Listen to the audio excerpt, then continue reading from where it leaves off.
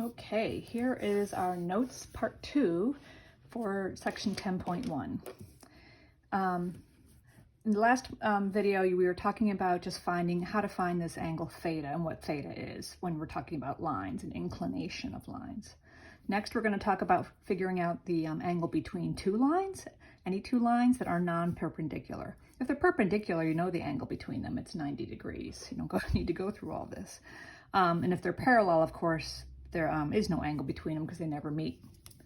But if they are non-perpendicular, this formula here will always give you the angle between the lines. So let's look at the definition. This is on page 693 of your book. I think in my last video I said 392, but it's in the 600s that this chapter starts. Anyway, for two non-perpendicular lines with slopes M1 and M2, each line has its own slope. Tangent of theta, with theta is going to represent the angle between the lines. Let's do that. You can hear my garbage truck coming in my neighborhood. I don't know if you guys can hear it. Anyway, tangent of theta, this angle theta, is equal to the absolute value. This is the absolute value of the whole fraction. M2 minus M1 over 1 plus M1 times M2. It doesn't matter if you wrote M1 first and M2 first in this formula because you're taking the absolute value. So it'll be a positive or negative of the same fraction no matter what, and then you're going to take the absolute value of it. This is what we're finding. These two green lines here are just two random lines. The angle between them is theta. I want to show you different cases you might have. That's the two-line situation. I meant to show you this in the last video. This is in your book as well if you page through the section. If you have a zero slope line, theta is 0. There is no rotation off of the x-axis. So a horizontal line has theta of equal to 0. Just remember that. A vertical line has an undefined slope and a theta of pi over 2, or 90 degrees. And as we saw in what we did yesterday, not yesterday, in the first video, a negative slope line like this one with -5 will produce an obtuse angle, and your answer is always going to be an angle between 90 and 180, or pi over 2 and pi. And a positive slope line will always have a theta that is acute, because once you keep tipping, and then you get to a vertical line which has undefined slope, and the theta would be 90 degrees or pi over 2. But then once you go past that, you're now in negative slope, and then you get an obtuse angle for theta. So when you do this thing we did yesterday, you want to remember that negative slope lines end up with obtuse angles as the theta, and positive slope lines end up with acute angles. If you don't get that as an answer, it's a check that maybe something went wrong. When we're doing the angle between two lines, we're just interested in this angle. You could also say maybe it's this angle, but it's going to be one of these two. But anyway, we're looking for that angle between the lines. We're not measuring it off the x-axis. It's between the lines. That's what this formula is calculating. So now we're going to go through the example that shows you how to use that formula. This is on the second page of your notes, example 2.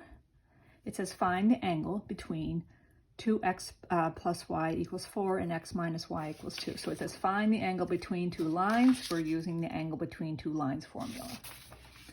First, I'm going to figure out the slope of both lines. So the first step here is for each equation. You could call this one equation 1 if you want, and equation 2. This is equation 1, equation 2. I'm finding the slope of each. You guys can look at the math there. I don't think I need to explain it. Okay, you're putting them in slope-intercept form, and then the slope's always the coefficient of x. Then we need those two numbers to put in our formula. Our formula says it's the absolute value of the one slope minus the second slope over 1 plus the product of the slopes. So I have one of my slopes, -2 minus 1. You could have written 1 minus -2. This would have come out +3. And then it's 1 plus -2 times 1, the product of the slopes. Simplifying, I get eventually that it equals 3. And again, it doesn't matter the order. You would have had absolute value of -3 if you had flipped the top, but it doesn't matter with this formula. Then I'm just moving it up here. Tangent a theta equals 3. I'm going to do the arctangent of 3, and I get 71.56 degrees. I'm doing everything in degrees. If you did it in radians, you would get a slightly different answer, but it's going to be a decimal radian answer. This is not some special angle. Well, actually, tangent of 3 is a special angle. All right, no, it's not. So that's my answer. That's the angle between these two lines. If I graph them, that would look like the angle. I'm going to move on here to this other one in this video. There's another formula, which is the distance between a point and a line. You might remember from geometry, what we're talking about here is you can just have any old line and then just pick a random point. I can draw lots of line segments from this point to this line I drew, but the distance between that point and the line is always the shortest distance. And you drop a perpendicular to the line, and that is what we're calculating with this formula. It's the shortest distance from a point to a line. That's what this is calculating, okay? So that distance is given this way. You usually have these two starting information. X1, Y1 represents your point, and the AX plus BY plus C equals 0 is the equation of this line. This is AX plus BY plus C equals 0 is this line. I could throw in a coordinate plane here. Doesn't really matter where it is. But what you're finding is the distance from this point to this line. And you need the ABC from the line, and you need the point. And this is X1, X2. I should say Y2. I don't know why I wrote that.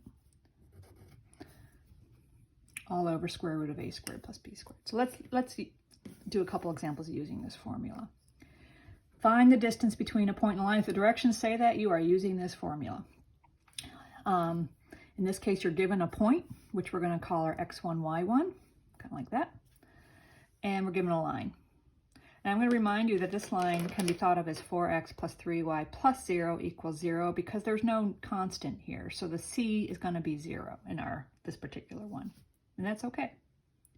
So A, B, C, I plug those in here. 4, 3, 0 are right here. 4, 3, 0. That's A, B, C. And it's always the C on the left side. You have to make this equal to 0.